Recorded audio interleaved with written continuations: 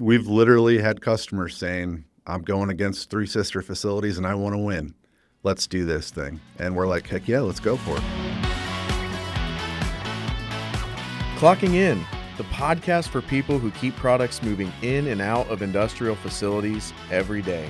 I'm your host, Mike Smith, Director of Product at Robert Dietrick Company. Welcome to the Clocking In podcast, brought to you by the Robert Dietrick Company. I'm your host, Mike Smith. Our guest today is Ryan Werner. So good to have you. Good to be here, Mike. Ryan, you are our first ever industrial safety consultant. Happy to have you here today speaking on this topic, and so glad you're on our team here at RDC. Happy to be here and proud to be a part of the RDC team. So, Ryan, today's episode is all about safety. Specifically, what we want to talk about, though, is why our listeners should consider an outside safety consultation or audit, and welcome in someone from the outside to take a look at their facility. Perhaps people have never thought about it. We want to challenge people and encourage people to think about it and consider it. Maybe there's some listeners here who have done that before and they didn't have like the best experience, and we want to help people reframe it and maybe give it another go. So that's our goal today. I think there are a lot of podcasts out there like Clocking In that are talking about industry and facility management and ways to be more productive and more efficient. And I listen to a lot of those episodes. It's rare, though, for someone to talk about how safety comes alongside and actually boosts productivity. And I want to get into that a little bit today as well. So we're going to do what we normally do. Just like if we were working a shift in a facility, we're going to have a team huddle to start things off. We are going to get into the issue a little bit, and then we're going to go out onto the floor later on, so to speak, and get more granular with this topic. And then lastly, you and I are going to clock out. Listeners are going to clock in, and we're going to give them some practical advice to take back with them Monday morning. Sound good? Let's roll. All right. So, Ryan, to get things started, you've got a very interesting history that I want to get listeners acquainted with in just a few moments. But first, I want to ask you a couple questions. First off, what do people believe about the relationship between productivity and safety? So generally, the thinking from somebody looking at it as productivity is going to take away from the safety, and the safety is going to take away from the productivity. Yeah, common misconception, right? Sure. Not really a fair assessment, but we get it. We understand why. But when you were in roles in a facility, roles, managing HSE, taking care of safety, did you ever experience that at any point where people are like, ooh, if I'm safe, I can't be productive. If I'm productive, I can't be safe. Did you experience that at all? Countless examples of that when you're dealing with production. One that comes to mind is an operator working a knife sharpening machine, clearing a jam and almost amputating a finger because of doing that, when taking a minute to do the proper lockout tagout procedure, to use a tool, to do all the other things that take you away from that risk. That's a great example of doing something safe, saving your finger. Can you do it quicker without doing that? Absolutely, yeah. But you have all those hazards. So, Ryan, I want to use an analogy here. I'm going to ask you some questions that natives to the Indianapolis area will hopefully resonate with. I hope this analogy works. Ryan, what's the point of a race car? Go fast. To go fast, baby. Ricky Bobby style. Why then do we put brakes and extinguisher systems, guardrails on the tracks? Why have those types of things in and around a race car if the point is to go fast? Well, the point's to go fast, but you don't get anything if you don't finish the lap, and all those little things are going to ensure that you do finish that lap. Right, and like the argument can be made that they actually help you go faster, right? You're going to be more inclined to put the pedal to the metal if you know the brakes work, right? And it's the same way with the relationship between productivity and safety. A few weeks ago, we actually talked about this with Lisa Collis, and she cited an example in their facility where they were having accidents with forklifts. And they were tasked with figuring out how to be safer, hit less, have less near misses, collisions around blind corners, and so on and so forth. And they decided to slow down their trucks, and everybody wigged out. They were like, oh my gosh, we're not going to be as productive. We're not going to load trailers as quick. We're going to have a backlog. Drivers are going to be waiting. It's going to be this big chain reaction that we don't want. but they decided to be safe and slow down trucks anyway. And if you remember, what actually happened was they became more productive. Here's how. Slowing down was a little bit annoying. They didn't like it. And it forced people to innovate and do what people do and think of ways to get that time back. And they found that time by incorporating trucks that could carry double pallets. They found time by rearranging the floor plan in the facility to allow them to get from point A to point B quicker and safer. They innovated. And safety and productivity worked hand in hand. They actually worked at the same speed or faster, and they became safer. So it can happen. But I think oftentimes people view, people like you and me, safety people, so to speak, kind of like Michael Scott and Toby from The Office. If you watch that show, that's a great analogy because Michael Scott despises Toby. Anytime Toby walks into a room, there's great disdain. It's so awkward. Michael makes everything awkward, but especially instances with Toby. And I think sometimes people that are responsible for production and efficiency see the safety people coming and they're like, oh no, everything's got to slow down. Everything's got to stop. And they think they can't go hand in hand, but they actually can. So without further ado, right, let's get into your story. I think it's important for listeners to know who you are, a little bit about your background. So tell us briefly how your career started. You had a moment in your career that kind of reset the trajectory that you were on. Tell us what course you got on after that moment happened. And then ultimately, like, what led you to get into consulting or want to be a safety consultant? I started up in Northwest Indiana. That's where I was born and raised. And basically in my early 20s, I ended up working in a sheet metal shop. I was a fabricator, but at the end of the day, I was a first-year apprentice that did every little dirty thing that they needed in the shop. After about a year apprenticing there, the big thing that happened to me was we were unloading a flatbed of black steel pipe one day, and two 100-pound pipes rolled off onto me, which led to a couple back surgeries, some knee issues. Ultimately led me to starting college, knowing that it was probably the smartest bet to shift into a career that was a little easier on the body. So that was the big moment that really shifted things, that really scared me. So it sent me to college. But I was able to get into the safety field, which really made sense for me. It's something that I gravitated towards that I really liked. But why I got into consulting was after I became pretty well-rounded with safety, the company I was with previous, we were forced to use consulting through our work comp insurance. It was kind of mandated that we did. So every year I had these auditors going through my facility, and I would leave at the end of the day with a good list of a good idea of where we stood and what we needed to work on, and kind of what's your grade for where you're at today. And I realized I love doing that type of work. So I started looking, and RDC, you had the posting, the job made sense, the location made sense, and the fact that you guys had the guts to get something like this off the ground, inspiring is kind of a word that I would use, is just because you want to work for that type of company that has the guts to do something like that and really go forward and put somebody in place that can accomplish those things. And that's what we aim to do. Partner with people, help them. We're not handing out fines or anything like that.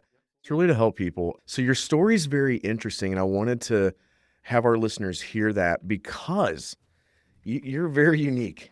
You've been the victim of a safety incident. You've experienced that. You've been in the seat that a lot of our listeners are in right now. You've managed HSE. You've worked on HSA teams. You've been in safety. You have a long tenured career as a safety person in the types of facilities that we're all working in every day. And not only that, you're now a consultant. Like, you've really run the gauntlet, so to speak, and you've got a lot of tenure. You can speak to this subject from a lot of different angles, which is really cool. So let me ask you this question. We all know that like safety people and safety teams are busy. What types of things occupied your time when you were in a facility as an HSE person that kept you away from doing some of the things you really wanted to do, like be out on the floor walking it? If you're smart, you have your list of things you hope to accomplish every day, every week, every month. But you also have a few things that will always go to the front of the list when you walk in. Somebody might have been injured. There might have been a near miss. A supervisor might have a question. You might have a contractor that needs training. All of those little things are things that need to happen right now. So if you have a half a day blocked out to go audit a specific department or that type of thing, that can get pushed away very easily. if you didn't have the time or you had a mandate, like you stated before, to work with an outside consultant, real honest question here. Did it ever feel a little bit threatening? Why do I need an outside person to come in? Does that say to someone above me that I'm not doing my job adequately enough, or I'm stretched too thin? Or did you ever take it personally? Was it ever threatening to you? Did you welcome it? Was it a help? I think it's a lot of scarier in the earlier days when you're less experienced, but as you grow, it's like taking a test in college or high school, whatever. Or you might be a little bit scared, but at the end of the day, you need to go know the grade that you got. So yeah, it can be scary, but you look at everything you're going to leave with when they're gone. You have your list of things that you need to be working on. You can point to things and say, hey, boss, look at these things we're doing great at. Here's where we really need to target. And we have this plan that we can start today. So that's what you're leaving with. So there's really no reason to be scared. They're not coming down on you. They're not finding you. They're your partner. They're your partner in crime. And they're there to work with you and have a discussion with you and set you forth on the right path to increase safety. Yeah, and at the end of the day, they're actually making you look better. Sure. Like more proactive. Great team huddle. I think we kind of cracked the issue open a little bit there. Now let's head out onto the floor, get a little bit more granular. In this segment on our floor walk, I want to talk about what an accident inside a facility actually costs us. I also want to talk about what a safety audit or an outside consultation looks like. What are the steps? What could I expect? And then lastly, what are some reasons for having an outside safety partner like RDC or someone else for that matter come in and do an annual safety audit? So first and foremost, man, we could spend a lot of time on this topic alone, but what does the cost of a safety incident actually look like, from fines all the way to the things you can't see? As far as cost goes, first, when you're talking about safety, you're talking about the possibility of hurting somebody that's an employee that you care for, that you're responsible for. When you look at monetarily, a single violation can cost you tens of thousands of dollars. And then you also have the magnitude of how long is it going to take you to rectify that situation. You're going to be working with OSHA or whoever the department is that cited you the entire time to try to do it the best way possible and as quickly as possible. But when you start magnifying that and multiplying it by the amount of days, you can get really up there. And when you compare that to somebody like me, who's uniquely with RDC, they charge me at the same price as a technician working on a door or a dock lock. So at the end of the day, you're not spending tens of thousands of dollars to have me come in and give you the safety consultation. You're getting a very solid price that's uniquely more than competitive in the industry.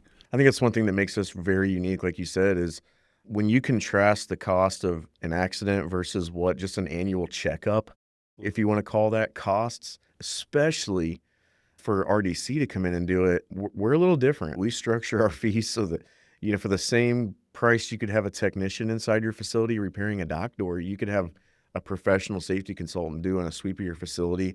It really starts to make it look pretty appealing. It's like, hey, man, take a proactive approach, avoid all these costs with this minimal cost. Pretty smart decision at the end of the day. For those listening who don't know what an annual safety audit or a safety consultation might look like, talk to us about that. What does it look like? What are the steps? What can I expect if I were to invite you in to do a safety audit in my facility? What's that look like? Sure. One of the simple answers is that it can look a little different for every company depending on who you're dealing with. But we kind of have 4 pillars we deal with at RDC that are kind of locked in no matter what. First is discovery. And what is that? That's a few things. I need to tour the facility I'm going to be in. I need some of that inside information of here's where we've had issues, here's where we've had incidents. This is a great person to talk to. They're very tenured here. But also, where do you want us to concentrate? We can come in and just do an overlapping. We're going to look at everything we possibly can and let you know every violation we find or best practice we want to recommend. Yeah, we sit down, and before we actually come in and do the work, we want to know what your expectation is, what our expectation is, so that we know what the final product is going to kind of look like. And then there's the actual data collection. So chances are I'm going to be spending at least a full day, sometimes me, sometimes an added person as well.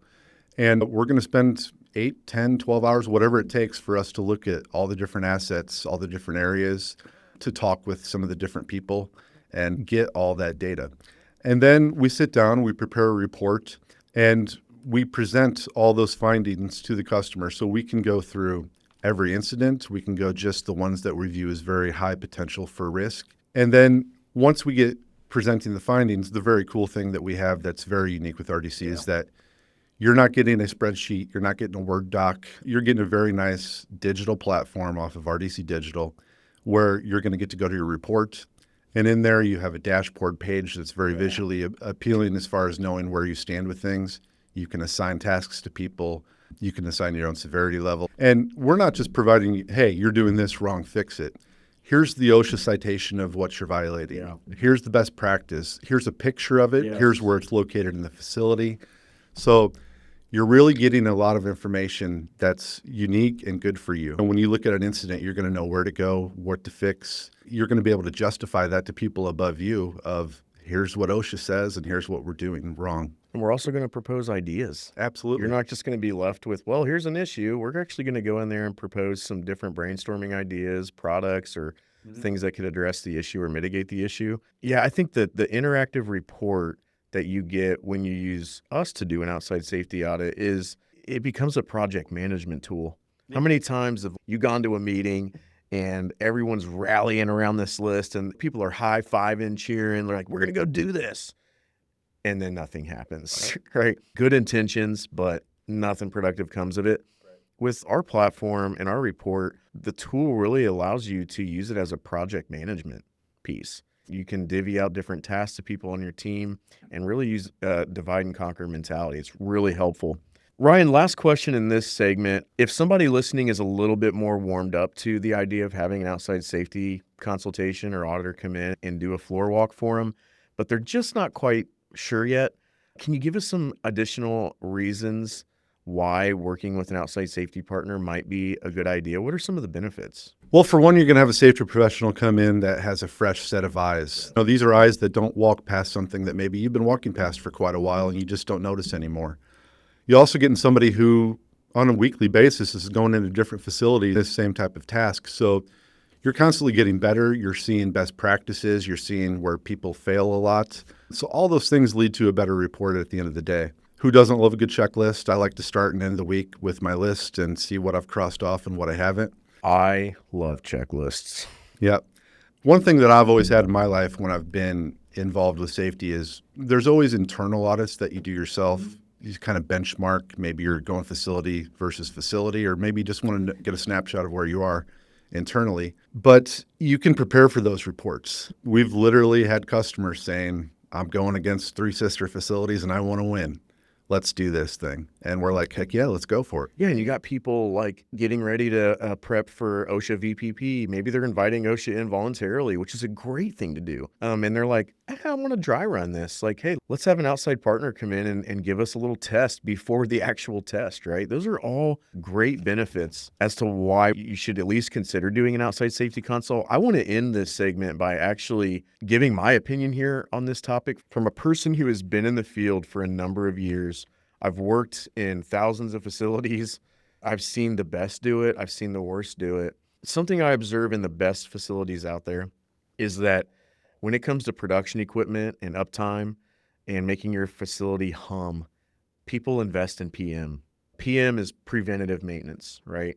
No one listening to this podcast is probably going to disagree that PMing your production equipment that makes you money and keeps people employed is a good idea. Everyone agrees it's a great idea. And the best people out there do it. And something that you and I talked about probably 6 months ago or so that just blew my mind was we all think about preventative maintenance in relation to equipment. You have to do it to keep things running. You have to do it to keep things safe. I mean, the manufacturers of the equipment tell you got to do it if you want warranty observed and handed out and stuff like that. Why don't people think about safety in the same way? Safety is intangible. It's invisible. It's a culture. It's a mindset. It's not something that's anchored down on your production floor. But when we were talking about this at lunch or wherever we were, this dawned on me for the first time. Why don't people think about safety that way? Hey, could I PM my safety program every year? Could I have someone from the outside, just like I have someone come in and PM a loading dock or a door? Could I have someone take a look at my safety culture and program as well? Good idea, bad? What do you think about that? I think you always need that status check of where you are. And annually makes a whole lot of sense. You want that snapshot of everything that you're doing right and what you're doing wrong. And, say I give you a list tomorrow that you're going to work off, and then in a year from now, we're going to do it again. It's going to be very beneficial to see what you've done and haven't done. Yes. And Great point. why haven't we gotten some of the other things accomplished? Maybe we need to add personnel in other areas or concentrate on other things. But you need that status check to reaffirm where you're at and what you need to be working on. I want to read a quote, and I think this will really drive home everything we've talked about. If an outside safety consultation helps prevent just one issue or injury, that's no longer a safety expense. That's just a smart business decision. Great note to hang our hat on. Great note to end on. All right, so it's time for us to clock out. We're going to let our listeners clock in, so to speak. For those listening who may have had their mind changed or may have had some things said that made them perk up and think, you know what, I'm open to this. What are some things or what's something our listeners can do Monday morning when they clock in to take a step towards entertaining an outside safety audit, perhaps by a safety partner they already have in place or RDC? I think when you sit down and you look at your calendar, we already talked about how things can get pushed aside real quick because things take precedent. But look at your calendar, look out 3 months. When are you going to have even a day to go out and do what we can do in one department? So when you have somebody like me come in that can really dedicate a few days to something, to really looking at it from one perspective and doesn't have injuries that they have to move towards or a near miss or something of that sort. And then just knowing you can concentrate on everything you need to concentrate on, but you have a professional out there giving you your status check. Right. Yeah. I would challenge you to, like, the calendar point is a great point. Look 3 years or 3 months in the past too. When do you have time to do it 3 months from now? And did you have time in the last 3 months to do it?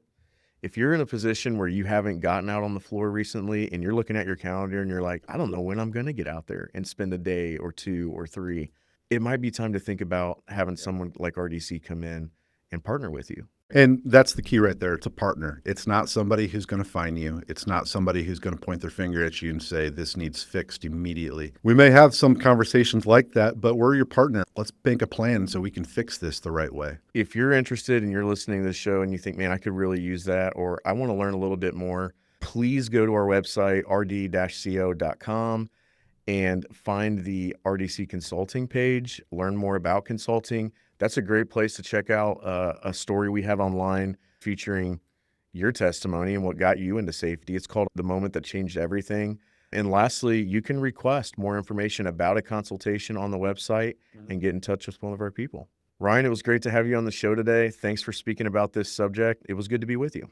Great to be here, bud. Thanks. Thank you. Thank you for listening to Clocking In, brought to you by Robert Dietrick Company. If this was helpful to you, share this episode with someone else who could benefit from it. Don't forget to follow the show, and if you want more insights like this via email, go to rd-co.com.